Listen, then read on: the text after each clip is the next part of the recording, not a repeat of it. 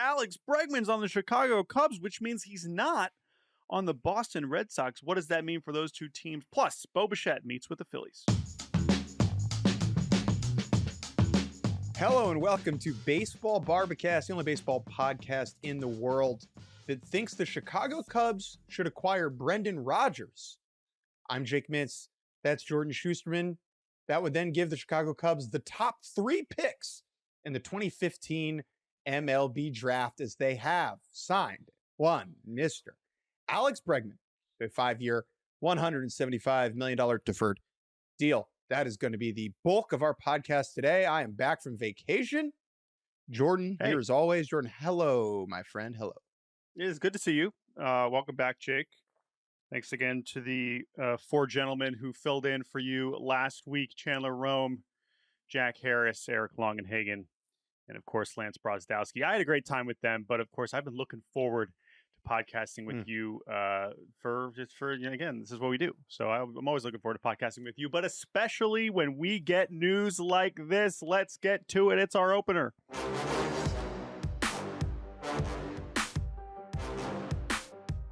It is early January. It's cold in Chicago. I don't know if there's snow on the ground or not. I just kind of assume there is. And yet, the ivy at Wrigley is a shining shade of green as the Chicago Cubs spent some frickin' money, baby, signing Alex Bregman, 5 years, $175 million. I didn't think they would do it, and they did it. There are so many repercussions from this deal. We learn a lot from it. But for me, the first thing that came to my mind was Cubs ownership made the commitment that we and the entire fan base was incredibly doubtful and skeptical that they would make. You know, people will say, oh, well, hold on a second. 175, it's not actually that much because $70 million is deferred. It's only $30 million a year. Well, guess what? That's the name of the game. You find a way to get the deal done by putting in whatever deferrals and contract stipulations, which in this case apparently also includes a no trade clause. Of course, we'll talk about the team that was not willing to give Alex Bregman what he wanted in the second block of this show. But we stay focused on the Cubs here and this desire to spend. Not just this desire to spend in relation to their recent history, which of course has not been a lot in the way of free agency, Dansby Swanson being their most recent, giant free agent acquisition 3 years ago. Jason Hayward before that, this Bregman contract marking the 3rd largest free agent contract in franchise history.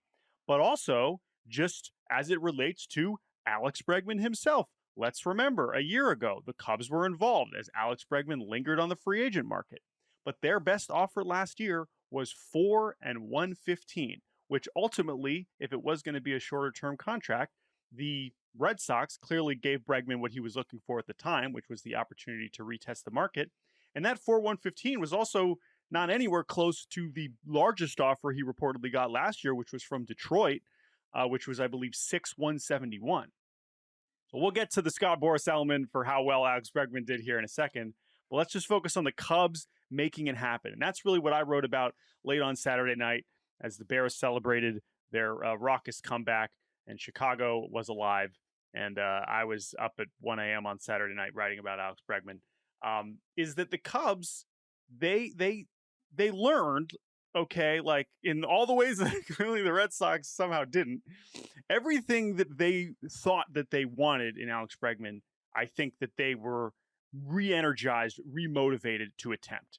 And as we start talking about the roster fit, with Matt Shaw being there, Nico Horner still being there, clearly Matt Shaw did not show them enough this season to preclude them from attempting that offer. You have to assume that a year ago, there was still enough confidence that he could maybe be an impact player that it was like, you know what, that's restricting us from going all in on Bregman. Yes, we want him, but we're not really all the way there mentally to be at the top of this bidding war. Now they understand we've just got back to the postseason. We have a good team, but we are still a bat short if we're letting Kyle Tucker go. And Alex Bregman, we're going to talk about all the reasons why a team would want him.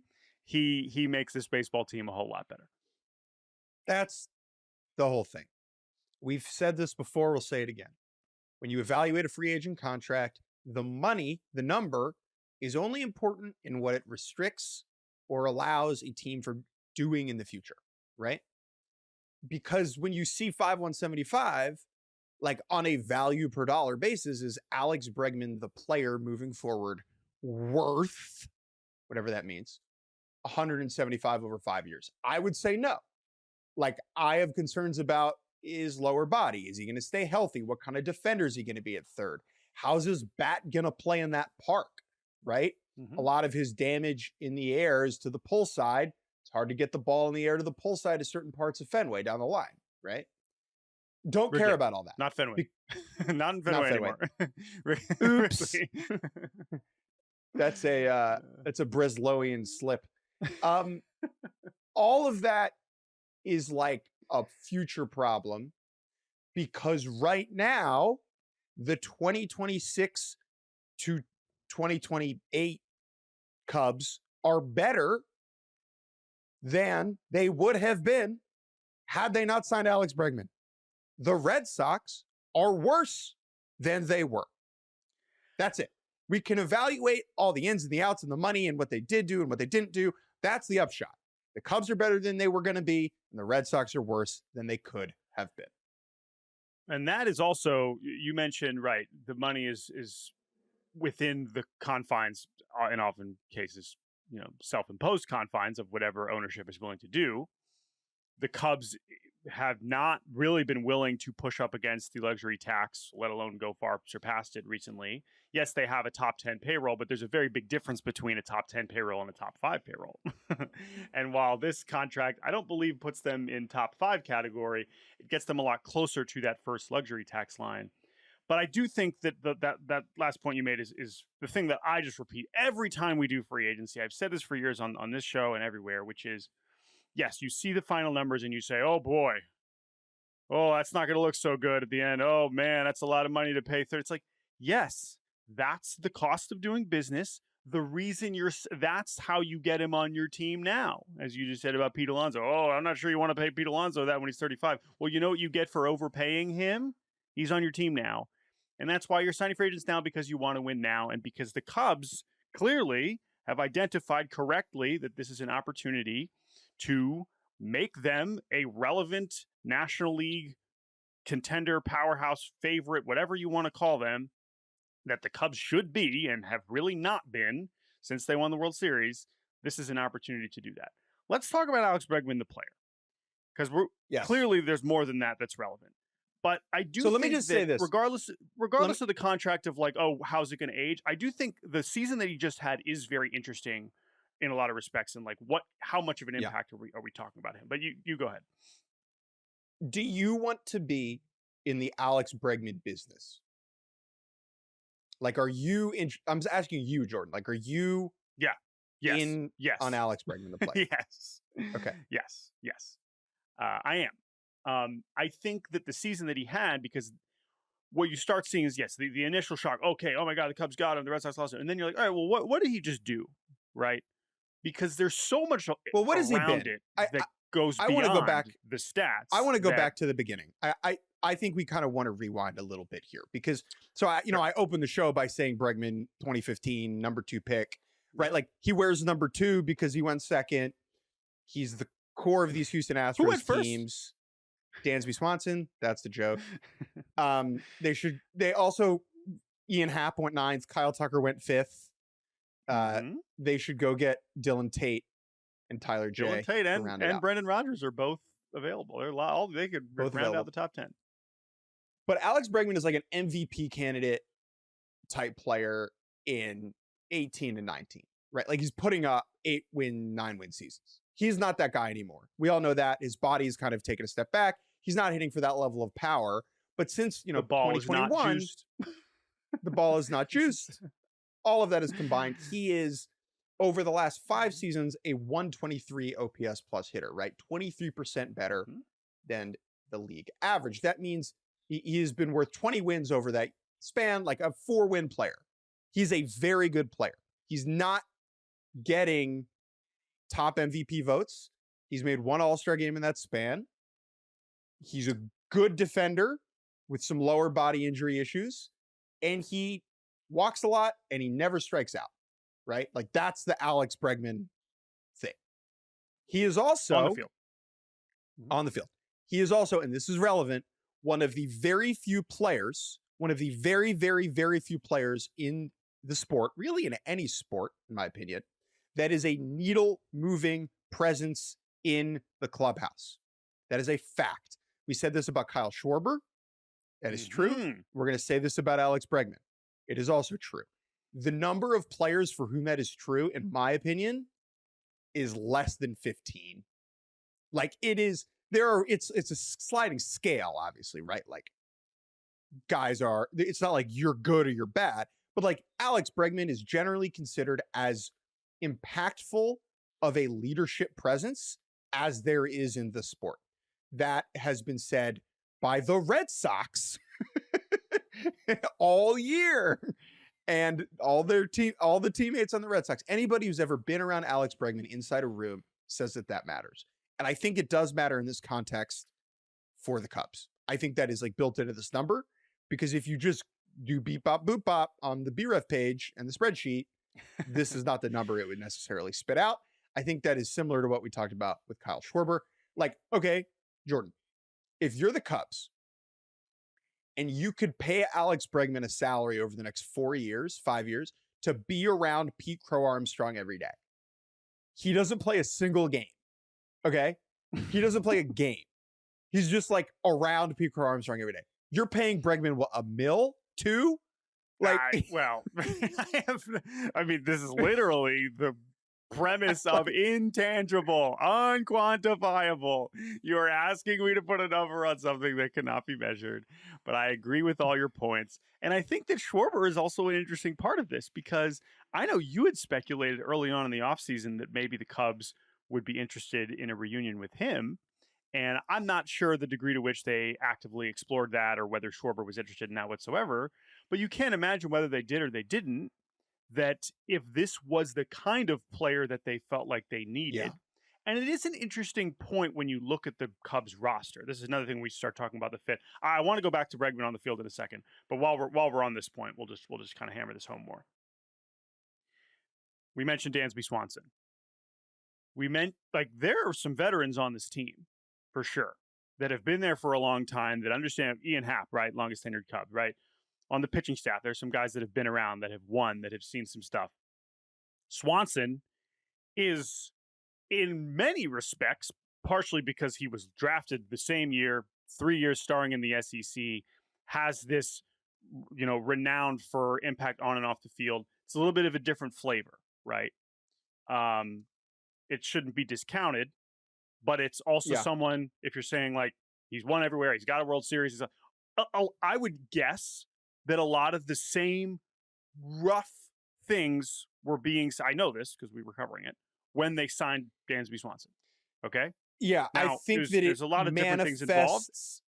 It manifests differently, I think. I agree. I agree with you. Yeah. But I think it's important to make that distinction. Sure. Because I think some people would assume, isn't Dansby Swanson already that? I think that you can see how maybe the Cubs thought there is still another level. There's still something to be added.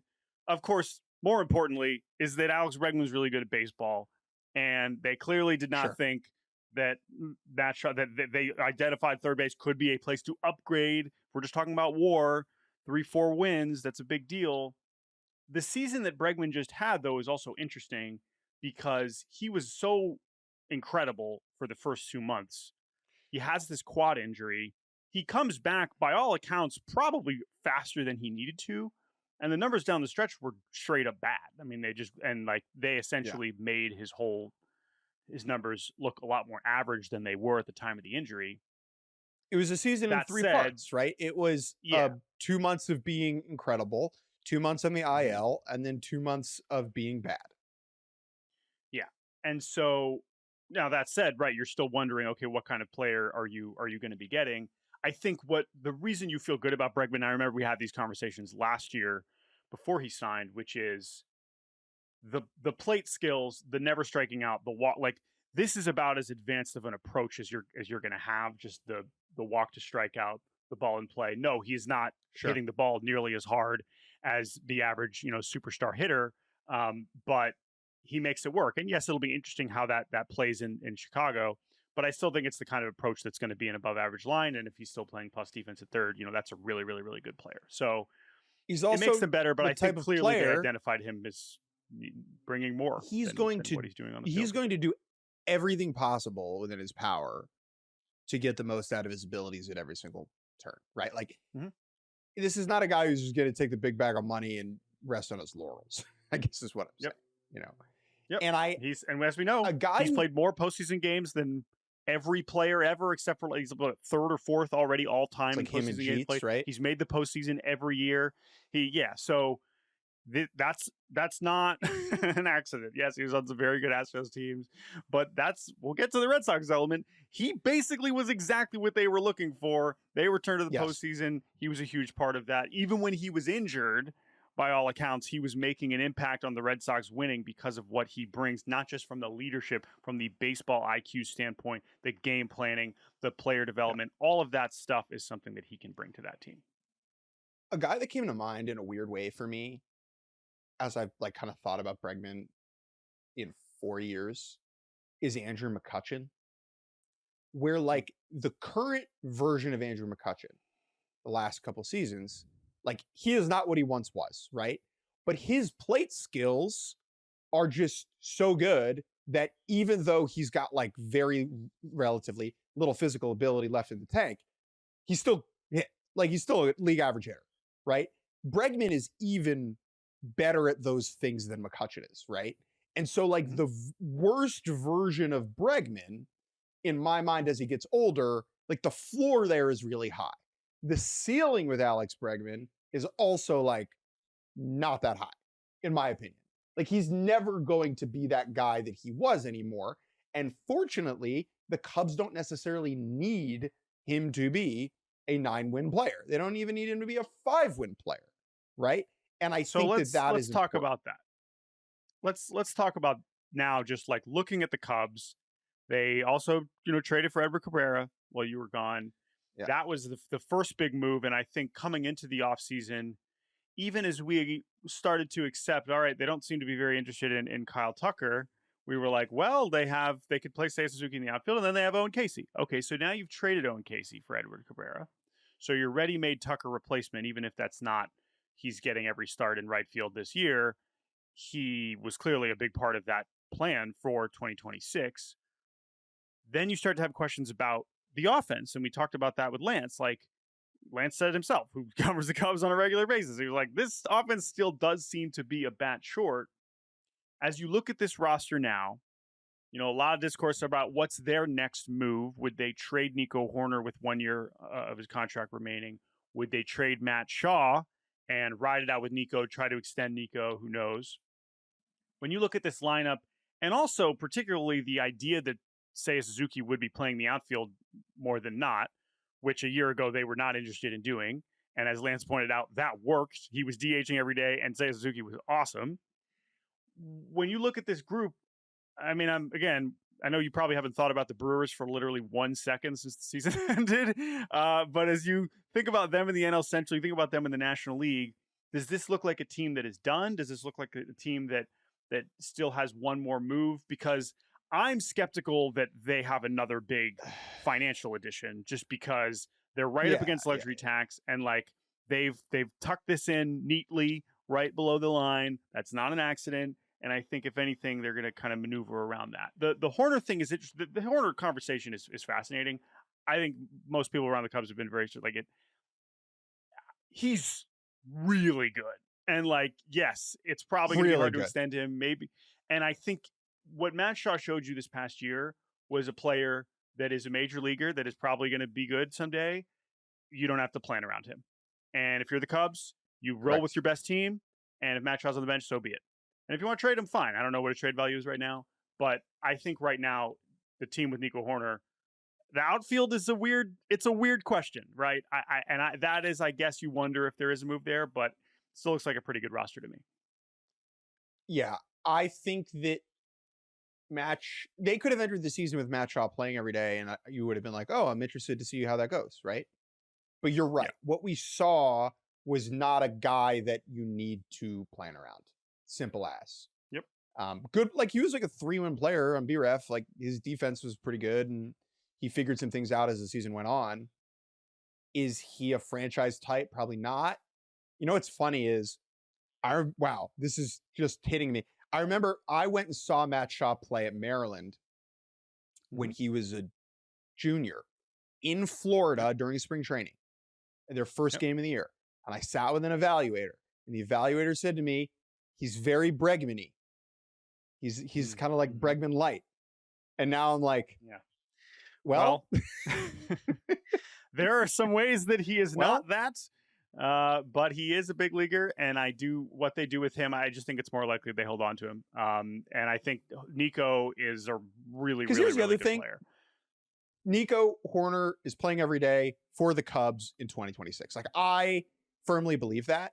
I don't think they're going to trade him because if you're signing Bregman, you're signing Bregman for 26 and 27 and sort of 28, right? Why are you going to then take a step back by trading Hoerner? Exactly. Right? Exactly. It just doesn't make sense. And whereas, Shaw, I do agree with you. Like, I do think they end up keeping him around because someone could get hurt. Like, guys get hurt all the time. Someone could get hurt. Alex Bregman could get hurt. Like, how many plate appearances does Matt Shaw get this year? Over under 430? I would probably take the over on that for the Cubs, right? Like depends just what you think of the rest of their bench. I think we didn't talk about Kevin Alcantara after the... And what you think about Ballesteros, right? Like there are all these pieces that do kind of interchange. Like, is there a scenario where if Ballesteros doesn't hit, maybe they start him in AAA and Bregman sees a decent amount of time at DH where you're going to try and get him off his feet, right? And Shaw's playing third on those days or right? Like, I just see a scenario where it makes sense to keep Matt Shaw around because let's just put it this way, right? Let's say you do trade Matt Shaw. Okay, you put him on the block. Remember when you used to play like sports video games and you could like put players on the block? Yeah, like it was like an actual list of things. Yeah. What do they need? Right? What are you looking to get back for Matt Shaw? And at this point, I think the answer to that question is like Mason Montgomery, right? Is like a young reliever. Like the Pirates are trading him. They just got him from Tampa, right? But like a young reliever that's controllable, that's a difference maker in the bullpen. And I don't think they're going to trade Matt Shaw for a reliever, right? And so because of that, I think it just does make sense to hold on to him. Sure. That said, it's an interesting position player group. I think they're just going to hold it and ride the good vibes all the way to Mesa in spring training in a month. And I'll definitely, I was already planning on going to Cubs camp, but I can imagine this heightens the possibility that I will be spending multiple days over there near Sloan Park. So it's a huge deal. I think that, yes, there are parts about it where it's like, how's this going to age? Whatever. The Cubs, this is how the Cubs should be acting. It's very refreshing for them to step up and make something like this happen. Dude. And good for that's the whole thing. For them. So with these right, like the way that we think about teams and the way that they operate financially, right? We have the Dodgers and the Mets in their own category, and then we've had like the Phillies, Yankees, and Blue Jays now in that second group. Blue Jays are now closer to that first. Blue Jays are getting close to the first category, right? But the Cubs and the Red Sox and the Giants kind of have been linked in my mind, where it's like these three teams are institutions, right? They are national brands. Maybe the Giants are a tick below the other two, but they are big freaking deals with big real estate holdings around their stadiums that print money because the organizations are good at the business side. And yet they have not taken that and invested it onto the field because in a way they don't need to. We'll talk about this in our next segment with the Red Sox, because the fans are going to show up anyway. Wrigley is packed in the summer. Fenway's packed in the summer, whether they win 75 or 95 games. And it is so refreshing to see the Cubs act like a bully, right? To operate with urgency, to be irrational in your spending to a point, right? What's the quote? You got to be, if you're, I think Andy McCullough got this from Andrew Friedman. It's like, if you are smart on every free agent, you're going to end up third on every free agent. Yep. Right? Well, And here we are. So good for Alex Bregman. Good for the Cubs. Like, it's very clear that Bregman wanted somewhere to be for a long time. The Cubs are offering him that. We'll talk about that in the no trade clause conversation in a second. Already have Bregman going to the Chicago Blackhawks game, right? Before the deal is even announced, which is awesome. This happening during the Bears game. I'm sure many of you don't watch football. The Chicago Bears have been bad for a long time. Their first playoff game in a long time. Down at halftime, Bregman deal gets reported like during the third quarter, and they come storming back to win in miraculous, heroic fashion. The sports vibes in Chicago right now must be absolutely through the roof. And so like the Cubs tweeting like, what a great day for Chicago before confirming the deal. The Bulls suck, but they're fine. The last thing we have to talk about with this is, of course, the Scobo. It's time, folks, for another update of the offseason Scott Boras Scoreboard. We have wondered, what is this contract going to look like, especially when you're in round 2 of free agency? Pete Alonso got that short-term deal, opted out, got a nice chunk of change. We said, nicely done. Very nice. Okay, Alex Bregman, you did the same thing. Got that big 3-year, $40 million and say adios to the Red Sox. That's what they did. Remember, last year, the best offer he had a year ago was from the Tigers, reportedly 6/175 or 6/171. And now with this contract, plus the $40 million he made last year, Alex Bregman, even with the deferrals, whatever, you want to put this number a little bit lower than it really is, essentially getting 6 years, $215 million. I mean, it's not that complicated. This is a nice piece of business for the Boras Corp. I don't know. Anything to add here? I mean, I do have one more thing.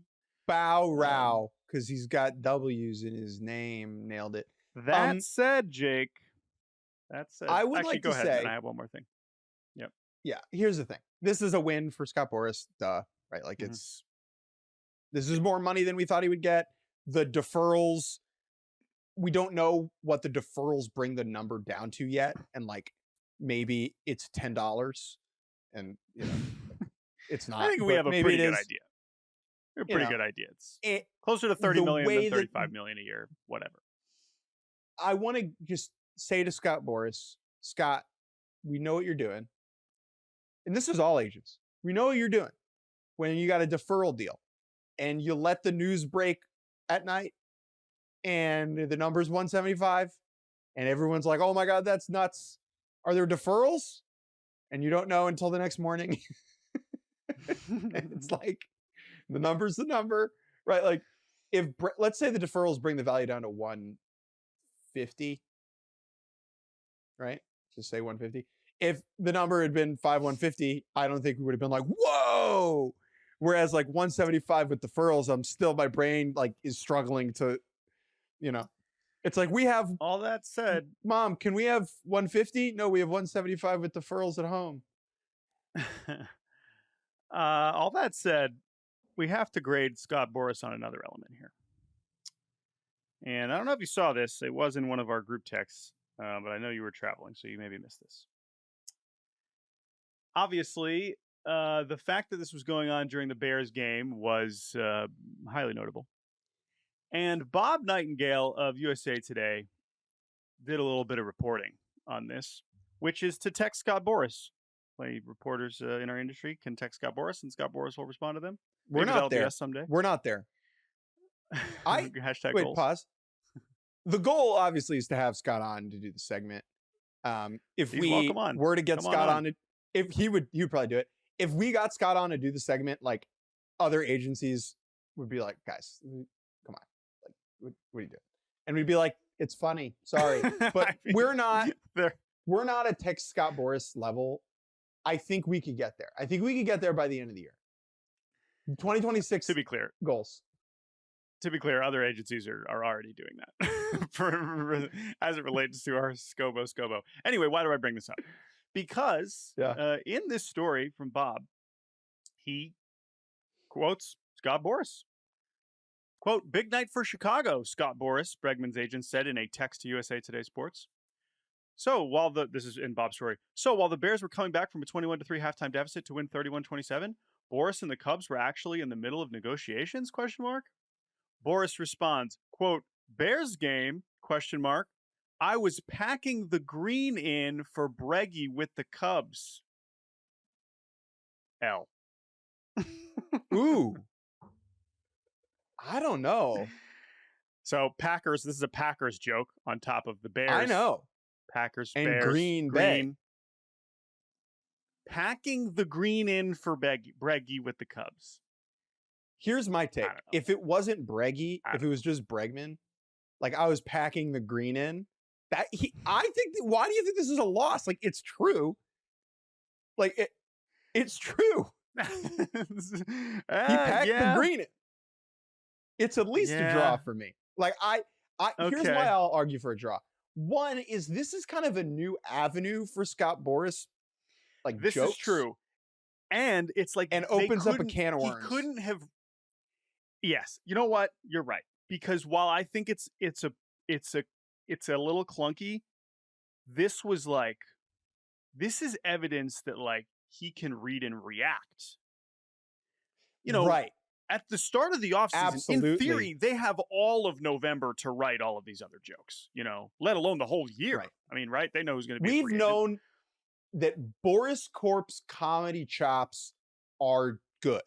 We haven't really known, can Scotty B move on his feet, right? Like, does Boras have improv ability? Can he yes and, right? Can he can Scott Boras That's true. yes and? And what we learned today. Now, maybe Nightingale texted him and said this, and then Scott, like, you know, called Christian Wig, was like, I need help, right?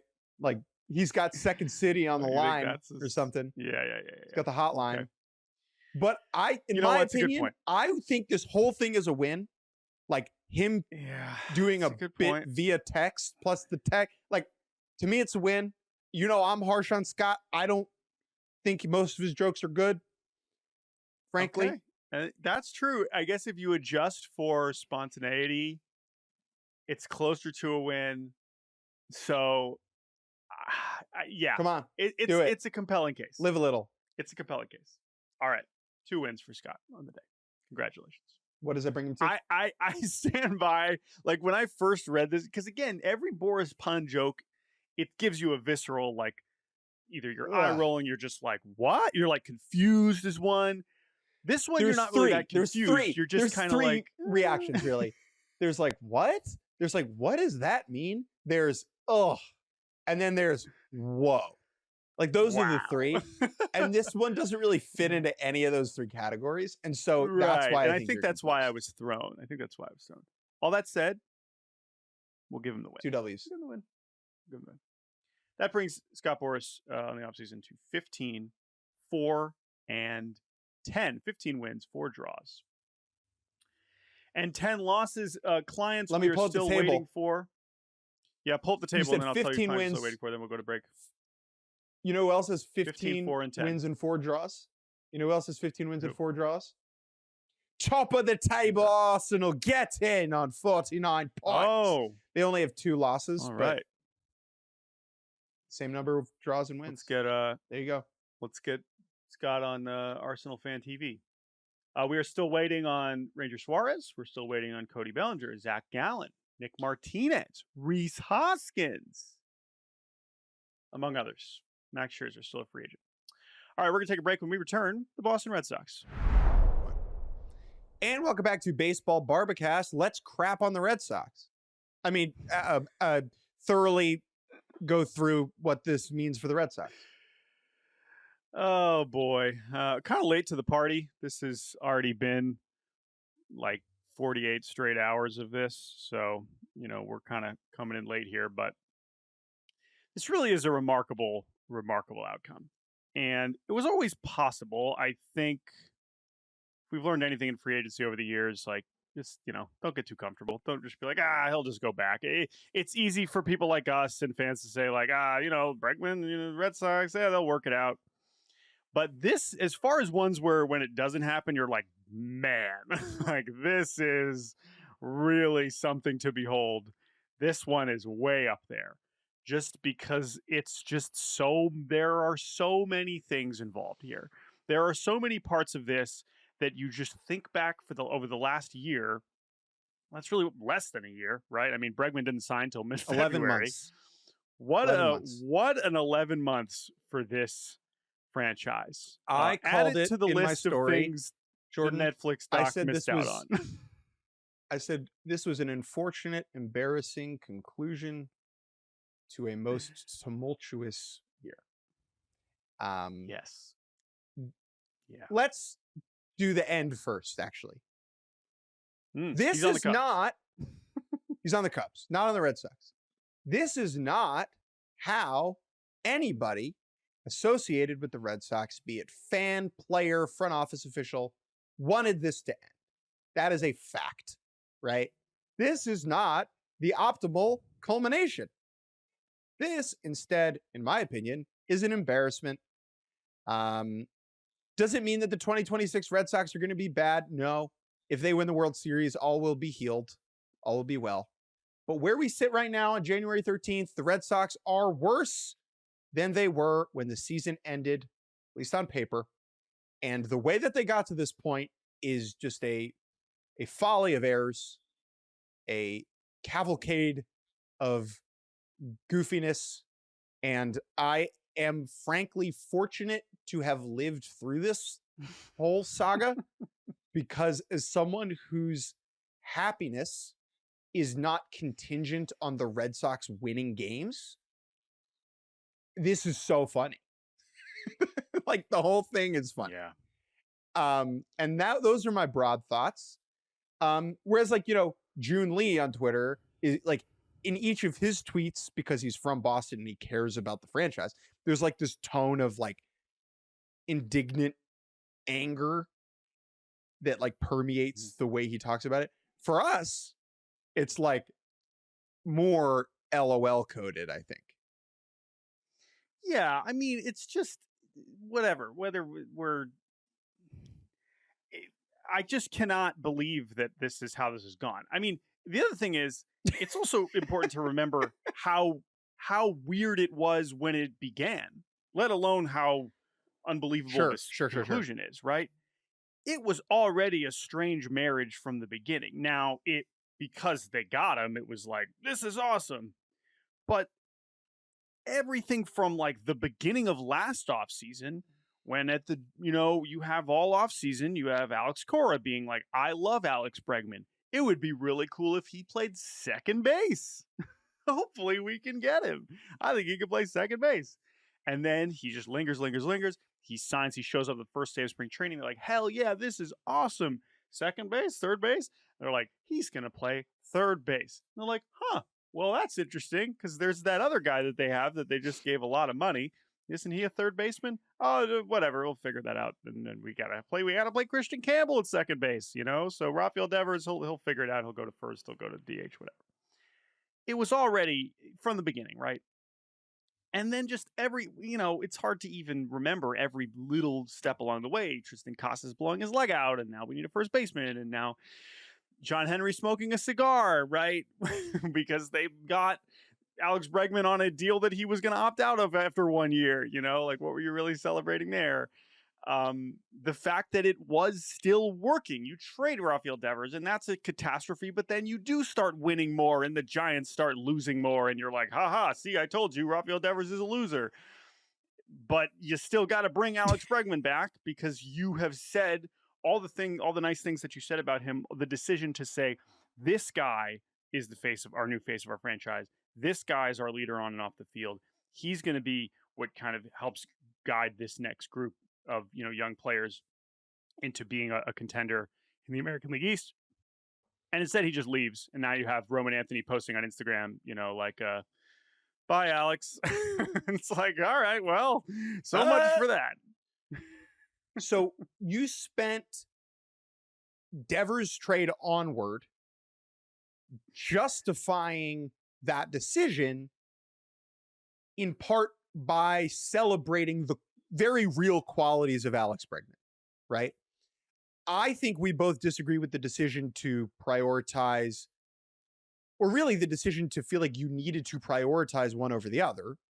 Like Bregman and Devers could have worked together on the same field at the same time if you just put one in second or mix Devers into first or communicated better, whatever. But after you trade Devers, you then spend the rest of the year lifting Alex Bregman up, right? And then the winter comes and you just complimented Alex Bregman for 4 straight months. And he's like, okay, you like me, so pay me. Like, back all that up with the cash. And the Red Sox said, nah, no thanks. And I'm good. And I think that is, to me, like, what makes this so weird and hollow is, like, you just spent 4 months telling me how awesome, how generational, and how much of a game changer Alex Bregman is. And yet you clearly don't believe that enough to back it up with action. Well, and let's bring Breslow into this as a character, because Craig Breslow, when Chief Baseball Officer of the Boston Red Sox. A little background on him.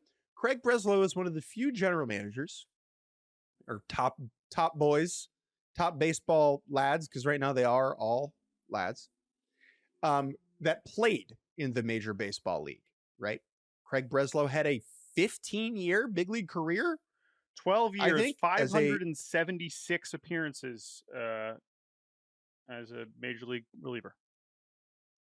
Right. That's a lot of games. Now, he also went to Yale. So he's certified dweeb.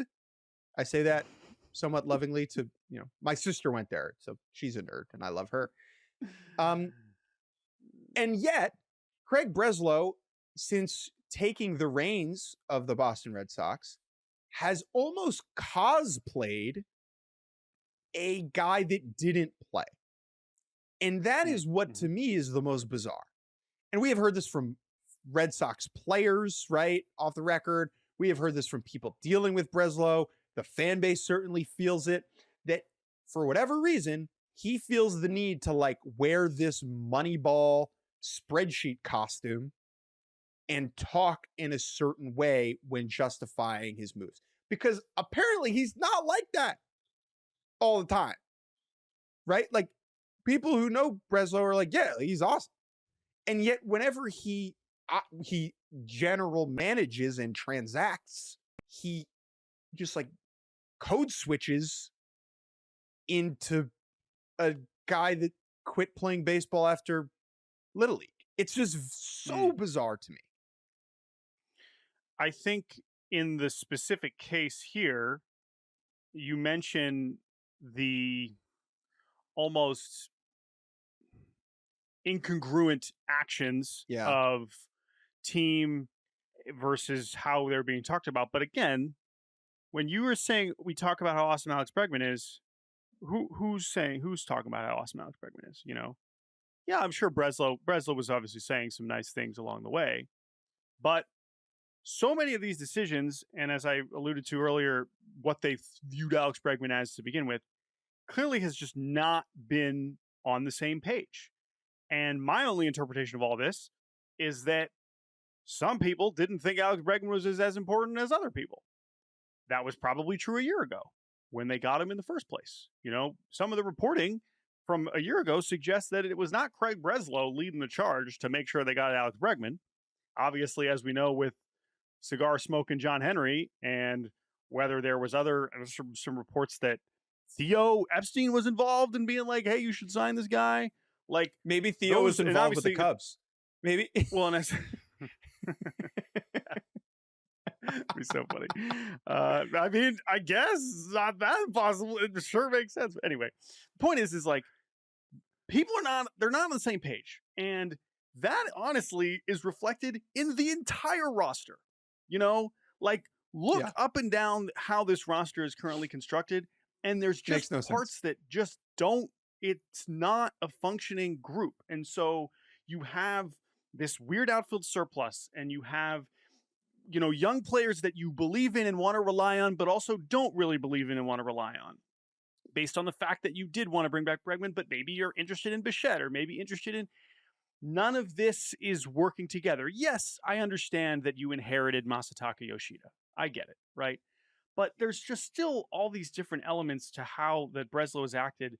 And obviously, he's made enough moves now that some of them have been smash successes, right? We know the Garrett Crochet thing is a huge win, and you get credit for that.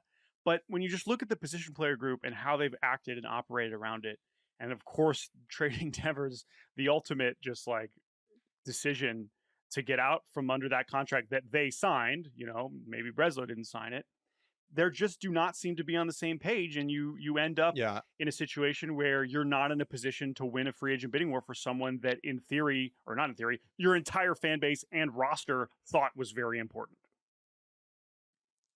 It goes above Breslow. Like, Breslow to me is such an easy target for criticism because of how he communicates. And I want to get to an interview he did with Chris Cotillo at Mass Live in a second, because I do think he is a poor communicator, but it is above him, right? It starts with John Henry and Fenway Sports Group and how much money they're willing to allocate to the roster and for what they're willing to allocate that money to, Now, part of those recommendations that come from Craig Breslow, committing the money to Garrett Crochet is awesome. Deciding to commit that money to Christian Campbell doesn't look great. And like, some of that could have gone to Alex Bregman, right? And so I do think there's blame deserved in multiple places. You see what I'm saying? Like, I think that putting all the blame on Breslow. I know that.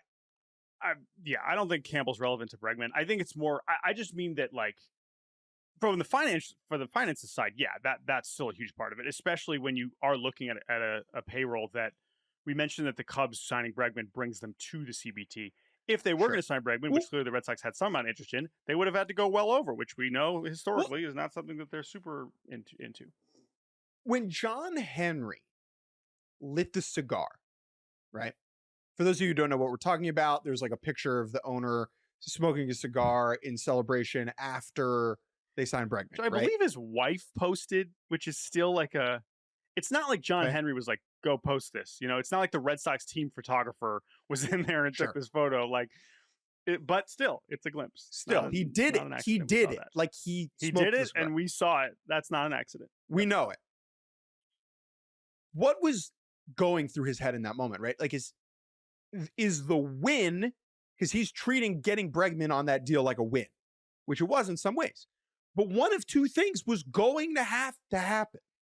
Either he was going to be underwhelming and you'd get to keep him and you'd look bad because you overpaid a guy, or he was going to bang and be awesome and go into free agency and you were going to have to pay his ass again. And so that's obviously what happened. And you decided not to pay him. You know what I mean? Like, it was treated like a win in the short term. And I guess if they win the World Series, then in 2025, like, it's a win. But that's not what happened. And I'm not for a team that keeps saying, oh, long-term vision. Like, we see the horizon, we're clairvoyant. Like, it's all about the long term. Well, right? In theory, like, that's how Breslow talks. He's talking about long-term viability and, roster flex, all this BS that they keep saying, oh, it's about the future. Brother, you didn't see the future enough, and now you don't have Rafael Devers or Alex Bregman. Like, well, so let's talk about some of these answers that he gave to Chris Cotillo. Interestingly, in an email interview, which is not totally uncommon, but in this context particularly, it's notable. Is intriguing. Let's start to there. me, it is notable. This is like an acknowledgement. Remember, Alex Bregman hasn't even officially signed yet, right? But whatever. The point is, this is at least an acknowledgement. I need to say something. If Correct. You're going to answer these email questions from Mass Live, right? You don't have to do that. But clearly he was compelled to do that. But he was also compelled to do it in this format and not, all right, we're going to do a Zoom or a phone call where I'm going to talk through it and like actually speak as a human as best I can. This is like, here are the questions. Here is how I am going to answer it with the exact words. I get to decide literally exactly, which is not what happens when we speak in the world. That's not what happens when we get on this podcast, Mike. Yeah, we prepare. I don't know exactly what I'm going to say because nothing we're doing is scripted. This is literally a scripted answer because that's the point. Even if he wrote it, it is a scripted answer. Would Brian Cashman or Andrew Friedman, Yankees, Dodgers, would they handle this over email? No way. No way. Because they have enough confidence in themselves and the way that they've operated and the way they've built the roster and the things that they've accomplished. Like, that's obviously part of it. I was just thinking about Dave Dombrowski doing this over email and laughed. There's just, most guys who are running teams would do this on a phone call, I think, right? And I think it just shows that he's not comfortable enough to do it that way. And that's concerning to me. Whereas like Chaim Bloom, for the mistakes he made in Boston, like he was going on podcasts there all the time. And he, like Chaim felt like he had to justify the decisions he was making, right? And to a point you do. But when he was doing that, he was taking the heat. Like right? Like Chaim was wearing it, dude. Wearing it. You don't got to tell me about GMs that like to talk, all right? Jerry DiPoto said a lot of words, and he doesn't always say the right words, and it's gotten him in a lot of trouble. But he likes to talk. Jerry DiPoto's been extremely honest the whole time. Another one of the former GMs who played Major League Baseball. Sure. He said, I was a fan growing up. I wanted to know what my team was doing. So I'm going to tell you. You probably aren't going to like it all the time, but and sometimes because I'm a human being, I'm going to say things that I probably shouldn't have. Right. But, you know. Well, it also just fits into this overall dynamic. Let me just, one more point on this. It just fits into this overall dynamic of Breslow being a odd and suboptimal communicator, right? Yes, sure. And that is true both in terms of like how he communicates with the fan base, how he communicates with players, and how he communicates with, in this case, clearly, like to a point, agents with negotiations. Sure. Where it is not ideal, right? And doing this over email plays into that. Even if he is none of the things we project him to be, and we're being unfair, choosing to do it in this way only reinforces those things we believe. And so like, that's why I think this being over email is a notable thing. So there are a couple of highlights from this. Chris Cotillo cooked. Where do you want to start? I mean, it's not like any of these answers are shocking. I mean, to me, it's right. He's asked explicitly, wow, you had Devers and Bregman. Now you have no Devers or Bregman 11 months later. Like, what do you think about that? Quote, rather than spend a lot of time. How about that, huh? That's nuts. Again, that's not exactly how Chris phrased the question, but I know. That's how I would have phrased it. Like, well, did you see this? Rafael Devers on the Giants. James Tibbs is on the Dodgers. Sorry. Rather than Dustin May is a free agent. Rather than spend a ton of time on the particulars of these cases, what is most important is one, how we respond to improve our roster in the near term, and two, how I can learn from the experiences and allow that to inform how I approach the role moving forward. Neither outcome we face right now is ideal, but both will be evaluated over a longer time horizon. And honestly, this is the only thing I care about, because what it is an acknowledgement that this ain't great. This wasn't the plan. We thought we had Alex Bregman, and maybe we thought we were going to still have Rafael Devers, and we don't anymore. So because that in and of itself is like a rare thing to have a general manager tell you, that like, especially in such a short window after the decision, to say like, this ain't great. And maybe that is refreshing to a point. Like, I wish more general managers and and players were so like, the best words in the English language are, I was wrong, I'm sorry. Like, that's a good thing. But just again, from Breslow, it doesn't read that way. Like, it doesn't. Well, no, but I think also doesn't matter, because in some ways it's refreshing, but the situation is the situation. It doesn't make anyone feel better, right? Yes, it's an acknowledgement that maybe things have not gone as they expected. Everything else, it's whatever. I mean, I don't know if there's any other quote in here that stands out. But it's like, once you decide you're going to speak on this, he was going to have to speak on it at some point. I don't know when. Here's another way to think about it, right? When was he going to get on a Zoom call with reporters again, right? Well, if they sign a free agent for the first time this entire offseason, which they have yet to do, if they make a serious acquisition, which at this point, I don't know if or when that's going to happen.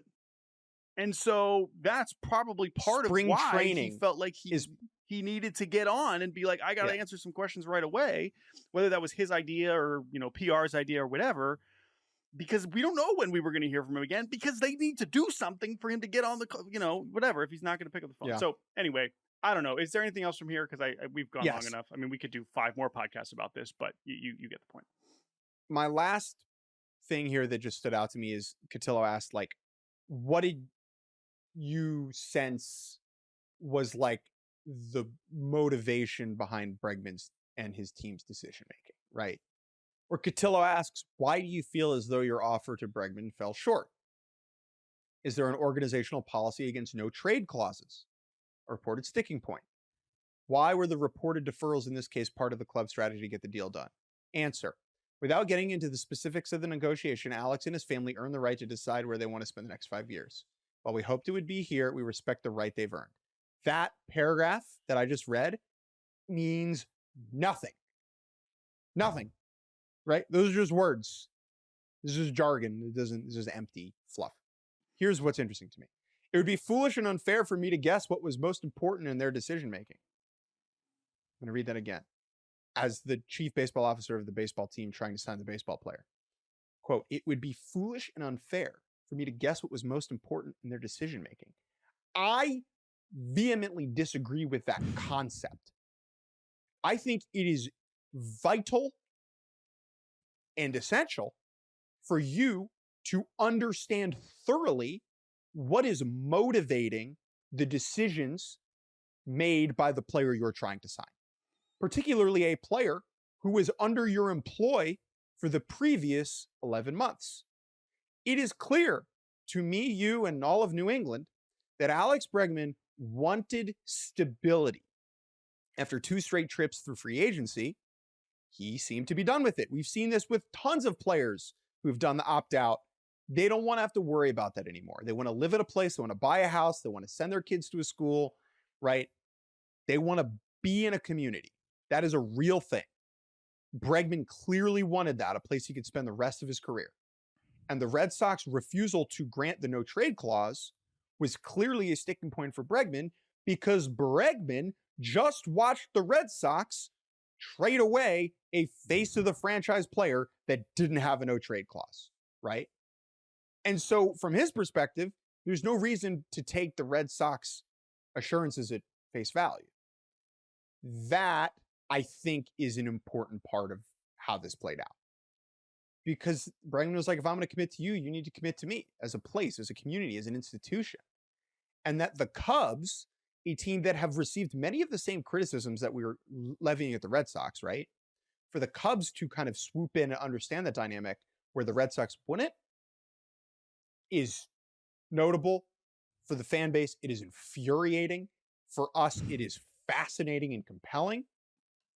And I just can't wait to see where they go from here. And yeah, where they go from here is its own conversation, but we will wait and see, because there is some time for those moves to happen. They go to Fort Myers. We're going to take a break, and when we return, Bo Bichette meets with the Philadelphia Phillies. We'll be right back. Welcome back to Baseball Barbacast. One of those big free agent bats has come off the board in Alex Bregman, but 3 remain. Bo Bichette, Kyle Tucker, Cody Bellinger. We are going to focus on this Tuesday morning about Bo Bichette, who reportedly yesterday met with the Philadelphia Phillies. Now, one important thing about the timing here, and maybe this is via Zoom speculation, whether it's Zoom or not, Skype, Teams, was it Teams? Do we know for sure it was? I don't know if we know for sure it was whatever. Whether it was Zoom, they met them. you might wonder why are they only doing this now? and I don't totally know the answer to that, but I do know that Bo Bichette got married last week. And I would not be surprised if Bo Bichette was like, hey, can I go get married first and then we can deal with free agency, and I'll do that in January. So maybe the Bichette stuff is really heating up in earnest now. Obviously, we know the Red Sox, in theory, view him as a backup plan. That said, why would you believe they're going to win a bidding war to get Bo Bichette? If what just happened with Bregman, okay, you could say he's 4 years younger. They're more compelled to get him, whatever. Let's talk about the Bichette and Philly connection, because this is one that when the offseason started, when I was thinking about what do the Phillies do if they don't get Schwarber, I was like, this would be, yes, an outfielder. We could talk about that too with them. But I love the Bichette and Philly fit for some reasons that I can talk about. But as someone who's covered the Phillies a lot more than I have recently, I would love to hear your opinion on this, because all this reporting and like this connection really did not come out until the last week or so when you were on vacation. So what is your perception of this situation right now, and how does it kind of fit into the larger Phillies offseason? And then I'll talk about why I would love this fit. I mean, Matt Gelb at The Athletic, who covers the Phillies, he's written about this. It is directly tied to JT Realmuto, right? So Realmuto has been with the Phillies for a long time. He is a free agent. The overwhelming assumption in the industry is that he was going to end up back in Philadelphia, but those two parties are currently at something of a standoff, where, as my understanding generally is, right, like Realmuto wants 3 years. The Phillies are like, we don't want to give you 3 years, or we don't want to give you more money. And so then now that there's like an impasse, the Phillies are starting to think about how they could go ahead and use that money that they were going to give to Realmuto.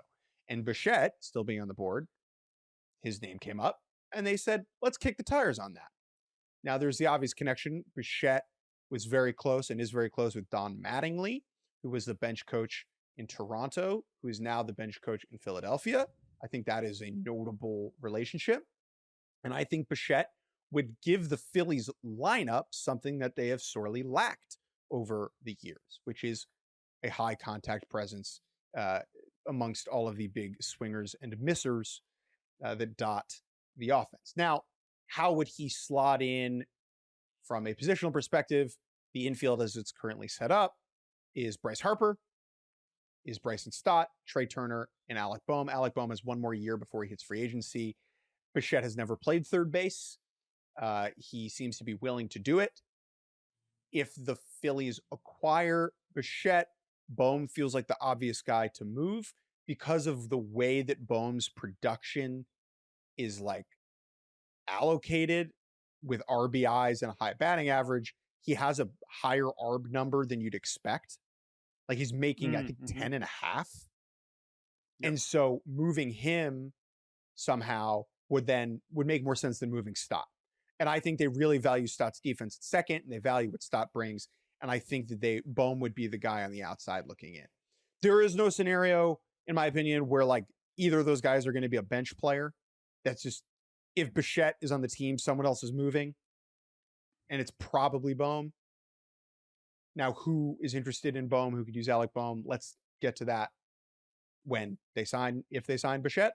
But the interest here is real. Like they met with him, and it seems like it went well, and it's a very interesting fit. Now, you really like it. You want to kind of highlight why? Yeah, the one thing from the positional side that I just wanted to mention, this is just my perspective. I don't view Bo Bichette as a good fit at third base. He's never played there. Could he figure it out? Yes. I think he can be a pretty solid second baseman. Bryson Stott has played third base at multiple levels, including the majors. I think if you're giving Bo Bichette a boatload of money, and if it's the Phillies, I have to imagine that probably is going to be a longer term deal. Maybe I'm wrong. Maybe Bichette's going to, as a younger free agent, is going to settle for something shorter and, a Bregman style deal like we just saw with him a year ago. That said, I would think that Bo Bichette would play second, and if they do trade Bohm, Stott would play third. That would be my guess again. And honestly, I think that would still be the best alignment rather than having Bo learn third with his new team. But that said, I just love this fit because, I mean, you did mention it. The style of hitter that he is like exactly what his team's been missing, particularly in the postseason. And we marveled at Bo even as he missed the first part of the postseason, but at the even in the World Series, on one leg, this dude hits the best pitching in the world. This dude freaking rakes no matter the circumstances. This is the kind of hitter that they have been missing. And they have great hitters, obviously, right? Bryce Harper, Kyle Schwarber, and Trey Bryce, Turner. Like, I want to be fair. Like, Bryce is this kind of in October. Like, Bryce is this kind of guy, for sure. But let's get more of them. If you're going to be the Phillies and you're John Middleton and you aren't, at least publicly, have not been concerned about, how much you're spending, you're saying it's about legacy. It's about being remembered for the championships you win. Live forever, honestly, baby. To me, that says then go sign Bo Bichette and bring back Real Muto. Like, just do it. Like, we know that this window is going to be finite. I think Bichette does appeal to them too because he is younger. We know that this is one of the older teams in the league. They are trying to get younger this year internally in the outfield in particular with the Justin Crawford.